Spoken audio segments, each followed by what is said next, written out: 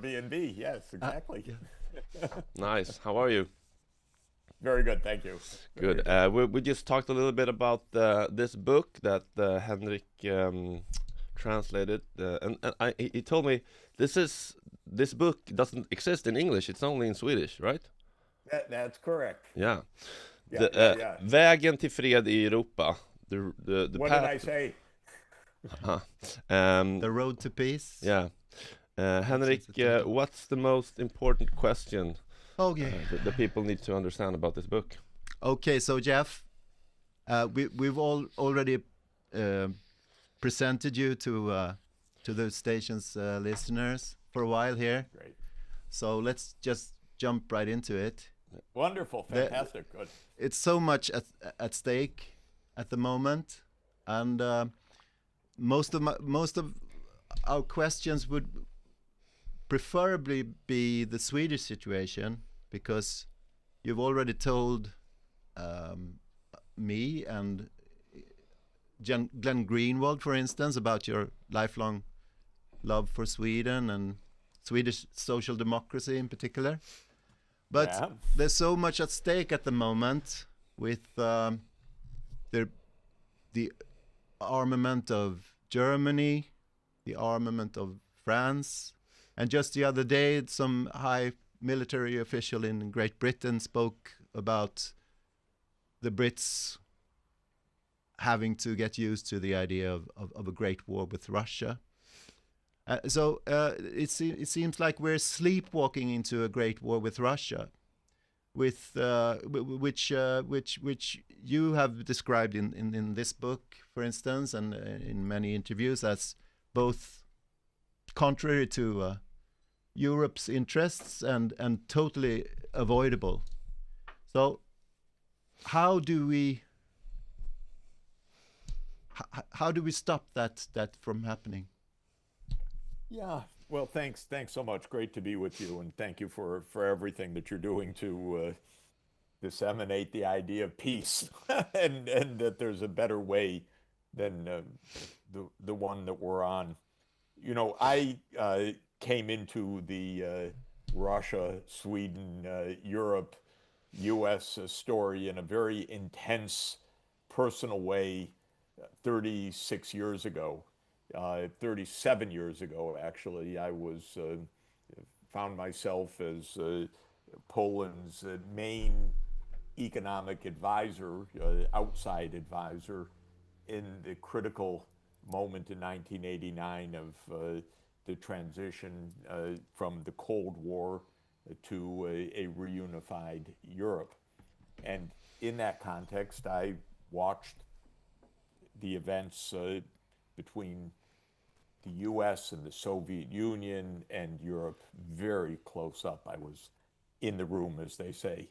And what I can tell you without question was that we had the opportunity for peace and a new era with Gorbachev and with Yeltsin back a little more than 30 years ago. And we blew it completely. And by we, I mean the Western side. This was not what happened because of Russia or the Soviet Union. This was because of us. And what happened? It's a very simple story. Gorbachev said, let's end the Cold War. I end the Warsaw Pact. We find peace. We make a common European home. And the United States said, oh yeah, I get it. We defeat you and we take over everything. And the Russians said, well, that's not exactly what we said. Why don't we make peace and we'll have good relations and we'll have a common European home? And the Americans said, yeah, we get it. We win, you lose. We do whatever we want. We never listen to you again because you're nothing but a third-rate gas station with nuclear weapons. You're nothing. Okay, this is how the post-1989 environment developed. The United States acted like pigs, sorry to say. And Germany and the United States cheated completely, because in early 1990, when Germany wanted reunification, it needed the agreement of the Soviet Union together with the other United Nations, the victorious powers of World War II, because there had actually never been a treaty to end World War II and to create a unified Germany. So that happened in 1990. And what did the US and Germany say to Gorbachev in no uncertain, absolutely clear, explicit terms? We will reunify Germany, and we will not take advantage of you. NATO will not move 1 inch eastward, period.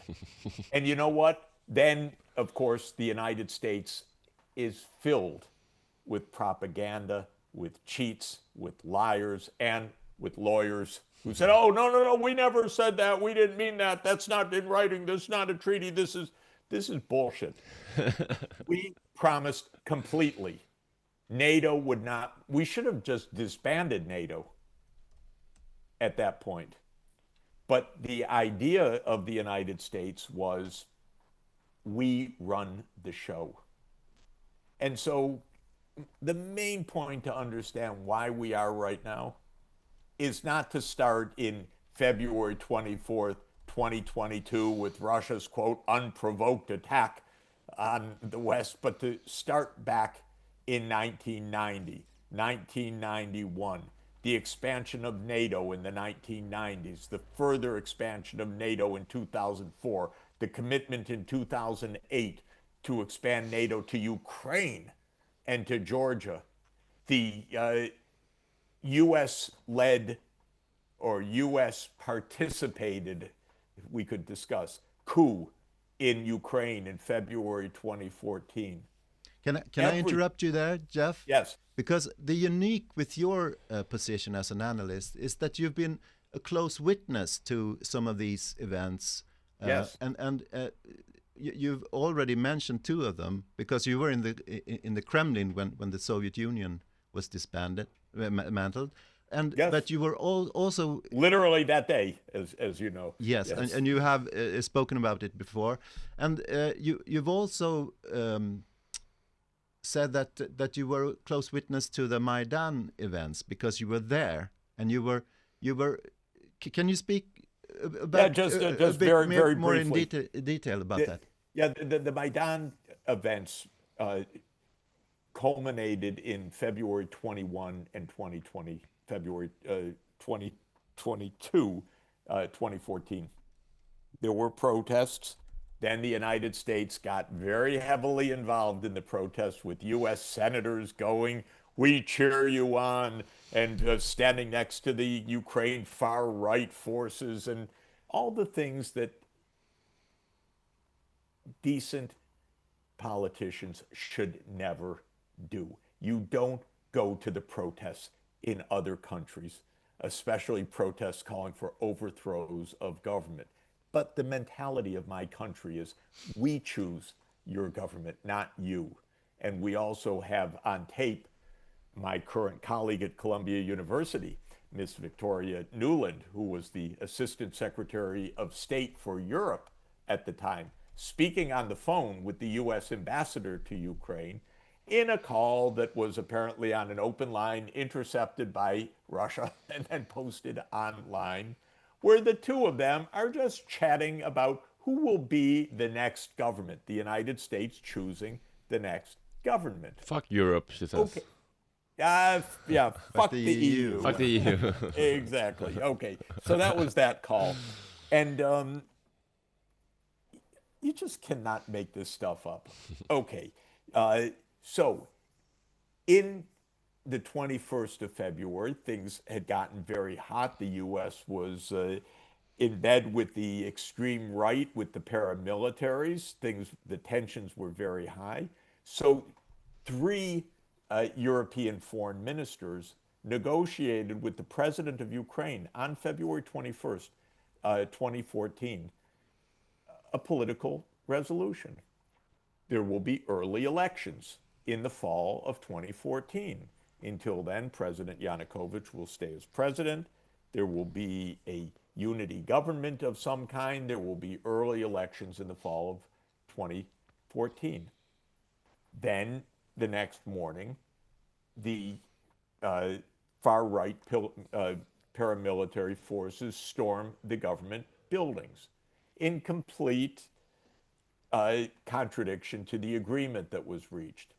Rather than the United States and Europe saying, sorry, get out of there, there's a constitutional order, we're not having a coup, these right-wing paramilitaries prorogue the parliament, throw out Yanukovych, and the United States says, that's great, we're all in. And then Europe, which is pathetic, excuse me, after having reached an agreement the day before, says, oh, our American master says we're all in, that's great. Nobody says, extra constitutional government, storming of government buildings, President Yanukovych, an agreement with President Putin. No, just coup. It's done. We got it. A pro-NATO government in Regime Kiev. change. That's regime change. It's the most standard operating procedure of the US government for decades. Of course, many people don't quite understand it because they think the US is a nice, sweet democracy. Okay, sorry to tell you the news. It's not so nice, it's not democratic, and it overthrows other countries' governments, okay? And it does it for a living as the core foreign policy. So I was not there those days, but I was there a few weeks later.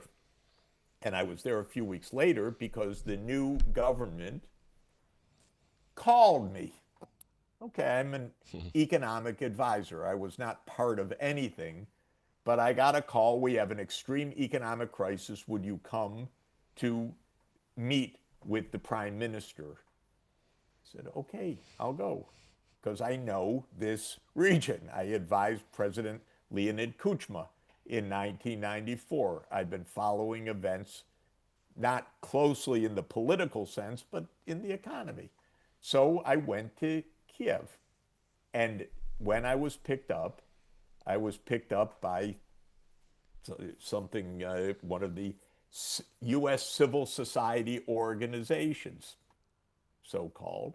And I was they said, Mr. Sachs, our meeting with the prime minister is in the afternoon. We have a couple of hours. Would you like to go to the Maidan? I said, sure, I'd like to see what this place was. What's the fuss So we about? went to the Maidan, and there were still structures there, people still staying overnight in the Maidan. There were still crowds milling around the Maidan. And as I was taken around, this guy pointed out, oh, we gave $10,000 to this group. We gave $5,000 to this group. We gave $20,000. They funded this. Okay, this is standard U.S. procedures. It made me sick. I was not very happy to hear that. I had my meeting with the prime minister, flew home, and did not go back. But I had the testimony right there. Okay, the U.S. funded this. It's not a shock. This is U.S. behavior. But this is disgusting. The U.S. should not be part of the overthrow of other countries' governments. So all of this is why the war started in February 2014. This is why, by the way, immediately after the coup, then Ukrainian politicians said, maybe we should end Russia's lease on their military base in Sevastopol in Crimea. Okay, this is another game, because the whole point of this exercise for decades was, as Zbigniew Brzezinski laid out in 1997, get Russia out of the Black Sea. By the way, not a very clever original idea because that was Palmerston's idea in 1853 of the British. And the United States learned everything about empire from the British, no question about it. So Brzezinski had the idea a century and a half later, we'll get Russia out of the Black Sea like Palmerston did in 1853. And immediately after the coup, the new pro-NATO government that the United States had chosen, because the person who was chosen was the one on the call between Nuland and Piat, they started, yeah, let's get Russia out of its naval base. Happened to be the naval base of the Russian Black Sea Fleet since 1783. Okay, now we're going to get them out. Russia said, hell no. And so Russia took back Crimea. It held a referendum and so forth, but basically, referendum or not, it took back Crimea because it was not about to have its naval base fall into NATO hands. And Eastern Ukraine, the Donbass, the two oblasts of Donetsk and Lugansk, broke away, and war started, and we already had thousands of deaths between 2014 and 2021. And just to say, Trump, who is a inveterate liar and a first-class idiot, always says, if I had been president, there wouldn't be a war. There was a Ukraine war under his presidency in And the he United sent weapons. States. And the United As a States built the largest army in Europe. Trump did. Good money, by the way. If there's one thing Trump loves more than even anything else, it's money. So we sold a lot of arms, built up the army. Just one more point, which is that in the fall of 2021, Putin, with Biden having become president, said, we got to get off this ramp to war, and put on the table a draft agreement with the United States that basically meant stop the NATO enlargement to Ukraine. And I had a call, for me very memorable, with the then U.S. National Security Advisor, Jake Sullivan, where I said, Jake, take the agreement, avoid the war. And he said, nah, there's not going to be a war because, by the way, these people in our government are rarely very intelligent. So I don't think they know what they're doing. That's generally the case. And of course, there was a dramatic escalation. 2 months later, all of Sullivan's claim that we're going to handle this diplomatically.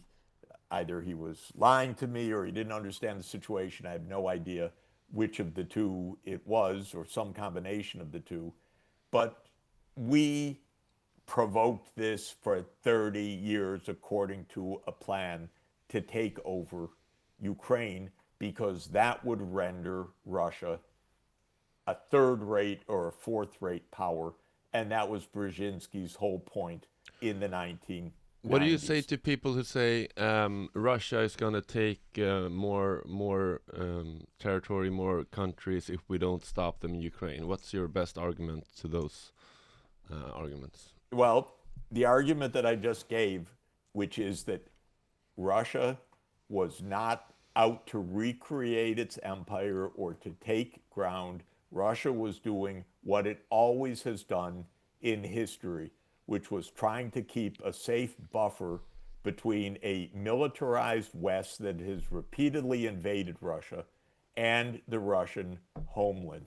So if you understand, if you start with the inanity that Putin came in and he thinks he's Peter the Great and he's going to take over, recreate the Russian Empire, and that's why it happened, the Russian invasion in February 24th, yeah, you can be blinded. If you understand the past 30 years of history, how the United States dissed Russia, cheated Russia, lied to Russia, overthrew the Ukrainian government, armed the Ukrainian army, rejected diplomacy, then you take a different perspective. the last thing Russia wants is to invade Europe, period. It can't even finish the job in Donetsk other than in years of operations. You think they're showing up in Paris the next day? No, they maybe would like to show up as tourists. This war, it's in Sweden. You hear this war described as Putin's war, but Yeah. actually it would have been the same with any Russian government. Is your argument? Yeah, because this was a whole U.S. design, and it's all laid out. You just have to know it. You just have to follow the crumbs, like Hansel and Gretel. And by the way, William Burns reported that the whole Russian political elite, including the liberals, had the same view on Ukraine. yeah, his famous memo, "Niet means niet," no means no, to Ukraine and NATO was back in 2008, at the time that these crazies in the White House under Cheney and Bush Jr. were pushing NATO enlargement. And Burns was saying, don't do this. Angela Merkel said absolutely clearly in the Bucharest summit, George, if we do this, if we invite Ukraine in, that's going to be war with Russia. People, it's all there. But people don't. But people don't want to read the history book. I had a friend who said Netanyahu. Who is that? And I was like, okay, how can we get more people to care? Like not maybe on our level of super interested in these questions, but how can we get more people engaged and care and listen and engage? Because these maniacs in our countries are militarized and crazy leaders in the United States and with their allies in Europe are wrecking our lives and making things extremely dangerous for us. By the way, Sweden is so much less secure because of the United States than it has ever been, and joining NATO only has made Sweden less secure. You think being part of NATO with Donald Trump is a good thing or an idiotic thing? How did it go with that Swedish referendum on NATO membership? Oh, there wasn't one. This was not put to the people of Sweden. No one asked them, because all of these governments are tools of the United States. I'm sorry to say it. I loved Sweden from my youth, when it was independent, when it was neutral, when it wasn't just a piece of a U.S. chessboard. Can I just ask you to explain one thing? Because you often, and you and Mearsheimer and other academics often talk about the deep state. Can you just explain for our listeners, what is the deep state? The deep state is the system of government of the United States that goes back to 1947, led by the Central Intelligence Agency and by the Pentagon and by the Armed Services Committee of the U.S. Congress and by the arms contractors. It's big business. It is right now $1 trillion a year business in the United States. By Trump's request to Congress last week, it would be $1.5 trillion business next year. So this blob, it's sometimes called, or military-industrial complex, has been running American foreign policy basically since the late 1940s. The idea is a couple of key things. One, that the U.S. military should be everywhere in the world. When I was a kid, we played a game called Risk. I don't know if people know that, but it's a board game. And the winner of the board game has the piece on every part of the globe. That's the American goal. We're right now on 80 countries in the world. We want to be in all countries. That's the idea of NATO enlargement to Ukraine, NATO enlargement to the South Caucasus with Georgia, and so forth. NATO, they want it in Iran after Donald Trump picks the next supreme leader in his delusions. So this is one of the aims, the U.S. military everywhere. Wherever there's the U.S. military, there's also the CIA. This is the secret side. Not very secret, but the deniability side. Anything that happens wasn't us. Maidan, we had nothing to do with it, and so forth. So the CIA is in charge of so-called covert regime change. Covert regime change means you deny the obvious. So you say, we had nothing to do with this. Syria, good case in point. In 2012, Obama tasked the CIA with overthrowing the Syrian government. It wasn't a public document. He didn't give an evening speech that said, I've tasked the CIA. It was a secret presidential finding. We found out about it a few years afterwards, but it was pretty obvious at the time because, again, covert doesn't mean secret, it means deniable. It means they lie for a living. So covert regime change is the second piece of this blob or this deep state. So how does the road to peace Yes. actually look like? Yes, let's get practical here. Yeah. Because and speak about the future, because you say that the EU should have an independent foreign policy, independent vis-a-vis the United States, and we can all agree on that. But how is that supposed to function practically? Because we have a democratic problem here. The people in Brussels are not elected by any people. Absolutely. This is a huge problem. They're not elected and they're utterly incompetent. And they are also in American hands, which is a big part of the story. So they're all subservient to the United States. So I don't know who van der Leyen works for, whether it's the US or Europe, but it's hard to tell. Rutte, we know, works for the United States as Secretary General of NATO. Europe is making huge, huge mistakes. Sweden made a huge mistake abandoning centuries of neutrality, which had kept Sweden safe, and entering into this crazy alliance, which makes Sweden vulnerable. And by the way, Finland, though it's got a different history, same story. And it's just absolutely absurd that both in Sweden and Finland, with such intelligent people and such a successful history, that people can't understand, or that the government acted against the basic understanding that if you're not threatening Russia, Russia won't bother you. This is absolutely the point. And this is a starting point. Russia wants its own security. Most of all, it doesn't want to be, and this is the whole history since 1991, it didn't want to be lied to, cheated, bullied, and dominated by the United States of America, whose explicit goal was dominance. And so this is Russia's motivation. And there was a different approach completely. It was called the Organization for Security and Cooperation in Europe, the OSCE.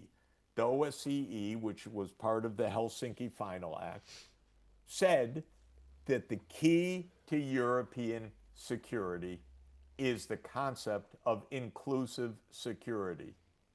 Don't bother us, we won't bother you. The golden rule. Don't join a military alliance against us, then we don't have issues with you. That's the principle of OSCE. NATO is the opposite.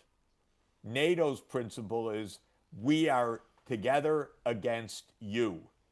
And if anyone in Sweden says, oh, but NATO's a defensive organization, are you kidding? But look, just for a moment, defensive. Yes. Oh, was that so defensive, bombing Libya to smithereens? Yeah. Was that, oh, come on. So this is the main point. And Europe needs to sit down and speak with the Russians. I do it as a professor. A government official can do it the same way. But now Europe, oh, we can't talk to President Putin. We can't talk to Foreign Minister Lavrov. Are you kidding? Use my goddamn Zoom account if you want. Talk to them. Discuss. Understand what's happened. But how do we get to that point? Because it seems like you're asking for a new big conference like the Helsinki conference, but isn't that going to happen only after a big war? How do we avoid the war? How do we get to that situation where people talk again? Yeah, I'll tell you the easiest way, but it didn't happen, and I don't know whether it can happen. And it sounds a little strange, but the most direct way would be a German chancellor that knows some history and behaves. And Merkel was a hope for that.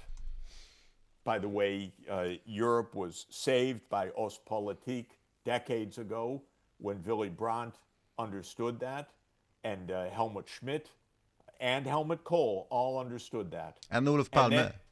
And Olof Palme before he was killed. Yeah. And he was killed for that reason, I am pretty sure, because we have political assassinations the same way in the United States. Peacekeepers somehow get killed. And then governments say, yeah, they're killed by crazy loners who have no politics involved. That's not how it goes in the United States, at least. So, yes, politicians understood this because they were grown-ups. They had the capacity to talk to the other side. Talking to the other side actually makes peace with the other side. It stabilizes relations. The German leaders used to do this until the United States got the idea, we're now in charge of everything. We're the unipolar world. And they broke all the promises that they made in 1990 to end the Cold War. So the easiest would be a German chancellor says, you know what? We have a big responsibility here. Not only did we screw up big time, twice in the 20th century, which caused so much of the havoc of the whole world, but we also promised in 1990 that exactly what went down would not go down. So we want to actually have a reset. And as Europe's largest economy and largest country in the European Union, Germany could do that reset. When Scholz was beyond incompetent, it's hard to understand Scholz for me, honestly. But Merz, when he came in, I thought, at least before you do anything else, pick up the phone and talk to Putin. Don't start out with hostility. But no, not only did he not even try to reach out to Putin, the first words were, prepare for war. Is there a blob in Germany that benefits from war as well in Europe? Do we also have to dismantle the European blobs, so to speak? Well, the best way for Europe to regain its sanity is to invite the United States military to go home. This is, every country with the U.S. military is at least in part an occupied country, and a country that at least in part has given up its sovereignty. This is 80 years since World War II. Go home. Go home. Thank you very much. And sit down, it doesn't have to be from one day to the next. Everyone can talk. You can plan the departure. You can have parades to thank America for all their wonderful service as you wave them goodbye on their way home. But this did not happen. So I look for any other leader to say these things. Well, it's not happening in Brussels because Brussels is basically under U.S. control. And the reason it's under U.S. control is that Europe made a fundamental mistake. And that is to think that NATO and the EU are the same thing. And they're in the same city, and NATO is the U.S. military alliance. And the EU is supposed to be Europe. It's not supposed to be the U.S. military alliance. But these things got terribly confused. And the fact that Ursula von der Leyen actually, instead of being reappointed as president of the European Commission, really wanted to be the head of NATO, the Secretary General tells you, oh my God, something's really wrong. Because rather than being leader of Europe, she wanted to be the factotum of the United States government. Okay, this is the problem. Europe needs to think. Sweden had everything. It had all the wisdom, all the knowledge, all the honesty, all the intellectual leadership. And now it's part of NATO. Excuse me, this is not right. This is not the way things should have gone. Scandinavia, you know, it's my first love in economics because, this is the part of the world that works best. It's the happiest. It's got the highest living standards, highest life expectancy, highest everything. But nobody thinks right now. One fascinating aspect of your interest in Swedish social democracy is that you, as a liberal Harvard professor in economics, you were really interested in the most radical aspects of social democracy, like wage earner funds and... Oh, no, but even more than that. Yes, it's... First of all, when you're a kid, you don't really know very much, period. And I didn't know very much. So I was studying economics. I loved the subject. That was 50 years ago, and I love it still. I've learned something in between. But I was just amazed at the diversity of the world. I came to Sweden the first time 50 years ago this year, actually. And it was the debate about the Meidner Plan and the debate about workers' funds. And I thought, oh my God, this is so unbelievably cool. This is so interesting and so forward-looking and fascinating. So I ran back to Harvard that fall, and I said to my advisor, I want to do my PhD dissertation on Sweden. And he said, no, that's not interesting. I said Sweden and social democracy. No, that's not interesting. Go study monetary economics.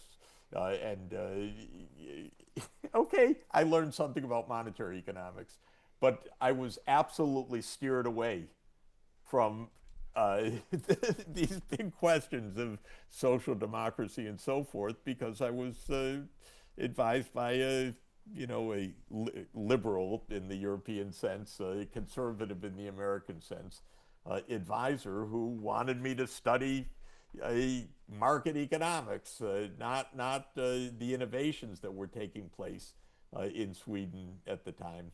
But yes, that was already 50 years ago this year. So it's 50 years ago. We hope to see you very, very soon in Sweden again, Jeffrey Sachs. I hope so. I always love to come visit. Yeah. And I want to come to a neutral, progressive, peaceful, cutting-edge Sweden, because that's Sweden's proper role in the world. Yeah, word. Thank you so much, sir. It's been an honor, a pleasure and honor. Great to be with you. An honor for me. Take care. Take care. Have a nice day in Rome. And thanks for everything. Thank you so much. Dito. All right. Bye-bye. Peace. Sådär ja. Ja. Det är ju så himla mycket som kan sägas och det är så himla intressant allting, och det är ju så här, när man själv kan någonting så kan man bli så här, ja men det där vet vi ju, fast vi måste ju också tänka, det vi vet är ju inte det alla vet. Jag tror att det här var jättebra för gemene man. Några saker har han ju pratat om förut, som till exempel hans telefonsamtal med Vita huset under december 2021 där, när han pratade med Jake Sullivan som då var National Security Advisor till president Joe Biden då. Och i tidigare versioner då har han ju sagt att han sa till Sullivan att negotiate, this is negotiable, alltså förhandla om det här. Nu sa han så här, take the agreement. Det är inte så han har berättat det tidigare. Och det är en ganska viktig detalj, för han propagerar förhandling, samtal. Mm. Så han menar ju inte att man bara ska gå med på allt det där som ryssarna la fram då, utan man skulle förhandla om saken. Ja. Men det gjordes ju inte, och då sa ju Jake Sullivan till honom så här: nej men oroa dig inte Jeff, det kommer inte bli något krig. Och vad menade han med det? Ja, alltså Jake Sullivan sa ju också, intressant nog, precis hösten 2023 innan 7 oktober, så sa han ju, bara några veckor innan, så sa han så här att Mellanöstern är lugnare än på decennier. Så han, möjligen hade han den ärliga tron att det inte skulle bli något. Och varför hade han i så fall den? Jo, men han trodde att våran makt är så pass, de kommer inte våga. Nej. De kommer inte våga ta det steget. Och det sa ju folk här också i Sverige. Jag pratade med en vän som kommer från en militärfamilj, och han sa så här: nej, men det kommer vara spänt ett tag, sen kommer ryssarna åka hem, det kommer inte bli något så här. Och det har man ju hört andra säga också, att jag kommer inte ihåg vad Mersheimer har sagt, men väldigt många väldigt etablerade analytiker trodde inte att det skulle bli krig. Nej. Nåväl, det var det. Högt spel. Höga insatser. Usch. Ja, jag vet. Och det är ju inte USA som betalar då. Nej. Utan i vanlig ordning så kan de bara fortsätta trycka pengar, och sen är det Ukraina som får utkämpa det här kriget. Och det är ju speciellt att man pratar om så här, Ukrainas rätt till att gå med i NATO. För det första har du det här demokratiska problemet att före 2014 så var det sa alla opinionsundersökningar att ukrainarna inte ville gå med i NATO. Men sen har du också det här med att man fortsätter att tjata om att Ukraina har rätt att gå med i NATO, men så fort ukrainarna säger ja, men låt oss gå med i NATO då. Nej, det går inte. Det får vi ta senare.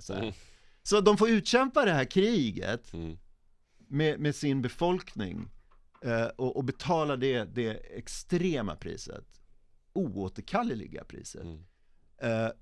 Medan vi bara tjäna pengar på det. Bara liksom dinglar med medlemskapet som slags morot. Cyniskt. Extremt cyniskt. Alltså. Det är ofattbart. Och det jag är så rädd för är att nu hörde jag att jag hörde en brittisk analytiker kommentera hur det pratas i Storbritannien, och jag fick inga detaljer i källor där, men han sa att men här pratas nu om att men Finland kommer att stå som första front i kriget mot Ryssland. Så att vi behöver inte oroa oss så himla mycket. Det är finnarna som kommer ta det första. Och då har vi liksom, då återupprepas det här. Alltså... Lite närmare bara. Sinnesrubbat är det. Nej, det är hemskt. Och vi står ju på tur. Jag menar, vi har nog den fåfängan att vi tror att vi står så högt upp liksom i västhierarkin. Vi kommer aldrig bli kanonmat. Nej, vi kommer inte bli kanonmat. Men vänta bara. Jag är inte villig att spela den insatsen. Nej, det är viktigt med den här typen av samtal. Därför tror jag. Att normalisera att prata om den faktiska historien.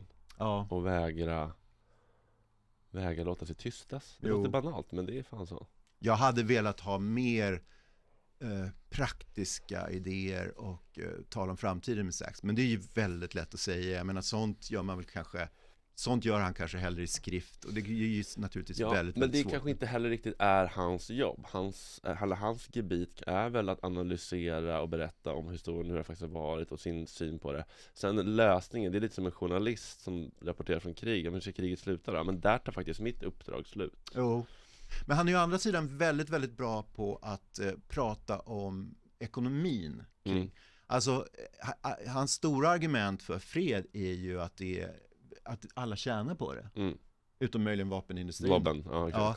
Men alltså, han har ju den här rollen i FN där han liksom involverade i frågor kring miljö och hållbarhet och sådär.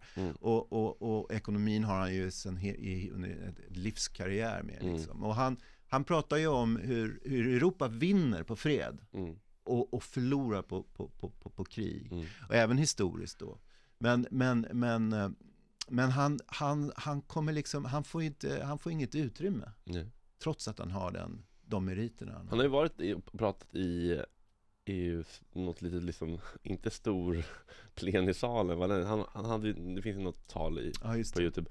De sitter i någon liten mindre kammare för de som var intresserade. Och det är ju ett gäng, men det är inte lika många som det borde vara. Men jag tänker att om världsledarna ska prata med Putin, så det vi kan göra är att prata här nere. Trickle up democracy, tänker jag. Och det blir svårare och svårare. Det är, alltså jag upplever det så extremt svårt att prata om de här sakerna i Sverige. Och jag har ju spenderat större delen av mitt vuxna yrkesliv, kan man säga, i litteraturen. Och jag upplever ju att svenska litteraturvärlden är extremt politiskt trendkänslig och att det är farligt att sticka ut där så att ingen gör det. Och det här kan man... Författare ska ju vara fritänkare. Vad gick det snett? Liksom? Ja, alltså professor David Gibbs som var här och besökte oss för något år sedan, han pratade ju om en särskild konferens i New York på 70-talet där man faktiskt argumenterade för det som en geopolitisk strategi att fokusera på identitetspolitik. Och det där skulle han kunna prata om. Honom får du bjuda in och snacka om det. Men vad jag ser är det jag upplever precis just nu. Och jag känner att ingen vill säga någonting som inte kan sammanfattas på ett märke på en t-shirt typ så här. Att så allting ska sammanfattas.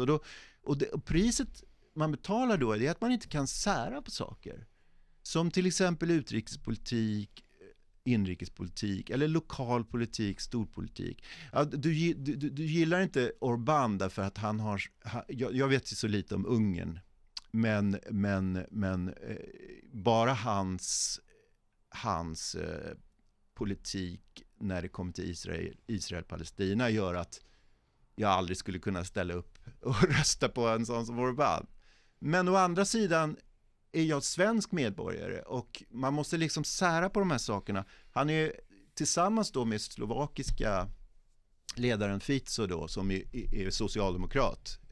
Så där har du den skillnaden med vänster-höger. Men de är de enda som nära grannar till Ryssland då har pratat för fredssamtal och sådär. Så, men bara för att du ogillar Orbán sådär principiellt, alltså måste du avfärda dem totalt. Och det där återkommer i alla samtal. Det är den där ideologiska renheten som folk är besatta av. Men jag tyckte det var lite uppiggande när den här egyptiska komikern, vad heter han nu då? Han satt ju med i Seat of News med Mohammed, vad heter han? Han pratade om det så här, du har varit med i Candace Owens eller du har varit med i vad heter han då? Vad är det för hjärnstillestånd eller vad? Nej, alltså vilka andra problematiska Tucker Carlson. Och han bara so what? Alltså det börjar ändå komma lite mer sådana det piggar upp tycker jag att folk säger absolut, håller inte med honom om allt. Men kan jag inte vara med i världens största podd för att jag inte håller med Candace Owens om alla identitetspolitiska frågor. Precis. Nej, men, och där har vi också det här att när vi ser på Tucker Carlson då bedömer vi honom efter våra egna, vi kan kalla det europeiska värderingar eller liksom, men han är ändå amerikan och det finns så stora skillnader kulturellt att man måste separera på saker. Det är som när du följer den här Judge Napolitano som ställer de intressanta frågorna på de mest brännande områdena. Samtidigt måste du stå ut med den här reklamvinjetterna som kommer när han liksom propagerar för privatvapen och sånt där. Och liksom en amerikansk typ av libertarian som är så främmande för mig. Men det är sakfrågorna som måste vara viktiga liksom. Inte profilen liksom. Nej, exakt. Det där att liksom brännmärka folk och liksom delegitimisera människor för att de inte passar in i alla mallar. Ja. Och det blir inte bra för demokratin.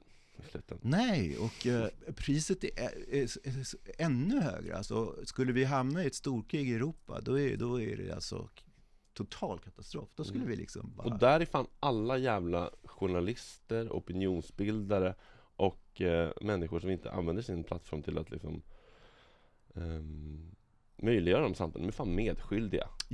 Ja. Och hur ska man liksom nå in till deras psyken få så jäkla nästan machiavellisk liksom. Alltså vi måste ju prata med dem också, det är det. Jag väntar på att det ska komma någon så här svensk opportunism, ekonomisk opportunism. Vi har ju ändå den traditionen från andra världskriget med Wallenbergs sfären och liksom hur vi spelade på båda sidor. Alltså, jag väntar på att någon kommer att få syn på hur mycket vi har att förlora och att det är ganska garanterat att vi faktiskt förlorar så mycket på krig. Men vad beror det på? Är det för att våra mäktigaste oligarker är så pass investerade i just vapenindustrin? Eller vad beror det på? Ja, det är det som är knäckfrågan. Ja. Man skulle vilja prata med dem om det. Man skulle vilja sitta ner och prata med dem och fråga. Ja, visst. Men de vill inte komma alla gånger. Men vi får bara fortsätta bjuda in, fortsätta prata. Så till slut så blir samtalet så att det blir så närvarande överallt att det inte kan ignoreras. Nej. Det är väl det. Men vi gör så gott vi kan. Och vi gör det ganska bra. Om man får säga det själv. Snyggt jobbat. Bra bokning. Ja, men, Petersen. ja precis. Ja, men du bjöd in mig och jag minns inte vad vi skulle prata om. Det var precis efter att jag hade publicerat den här essän i Parabol. Så och du står ju Kajsa nära, så jag liksom gjorde den associationen. Men det jag kände var viktigt för mig är liksom de här frågorna och att få med Jeff då. Hur tycker du själv att samtalet med Jeff gick då? Nej, men alltså jättebra. Det är ju bara alltid så liksom, man kan ju inte få med allt man vill få med på 30 minuter med en sån där man. Man skulle vilja sitta i Tucker Carlson 3,5 timmar liksom. Så är det ju. Men jag tycker det var jättebra. Jag tycker han verkligen kom åt Ja, jag fick med alla mina frågor som jag hade tänkt få med.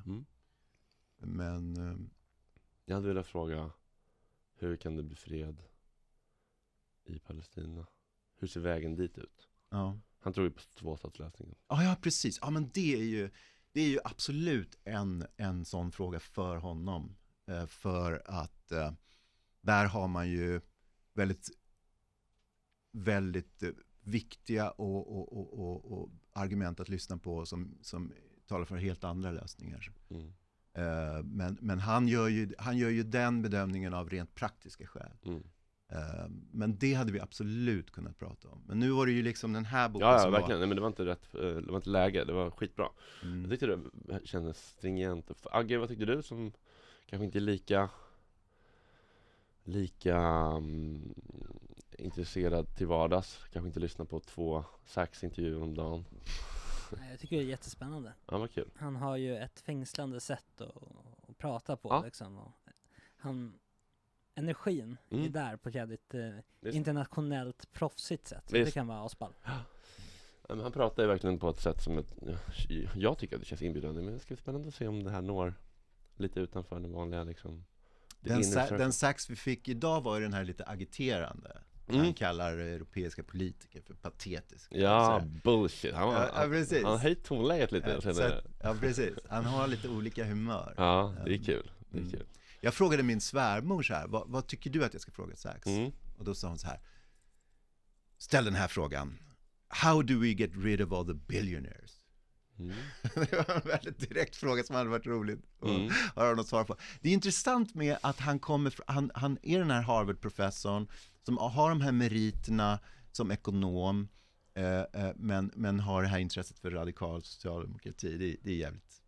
Det är ju fascinerande. Det hade man ju velat ha mer. Nu berättar han väldigt så här anekdotiskt om sin ungdom, men det hade ju varit intressant att fråga så här, ja, men hur skulle ett sånt Sverige kunna formas igen? Hur ser vi det komma till liksom? Det hade varit intressant. Men det kanske blir flera gånger. Ja, precis. Jo, men det måste vi se till. Det tycker jag. Det måste vi se till. Ja, vad ska du göra idag nu då? Jag vet inte. Jag vet inte. Jag kommer nog bara tänka på det här hela dagen. Ja. Underbart, vi säger så. Jaha. Tack för den här gången. Ja, tack.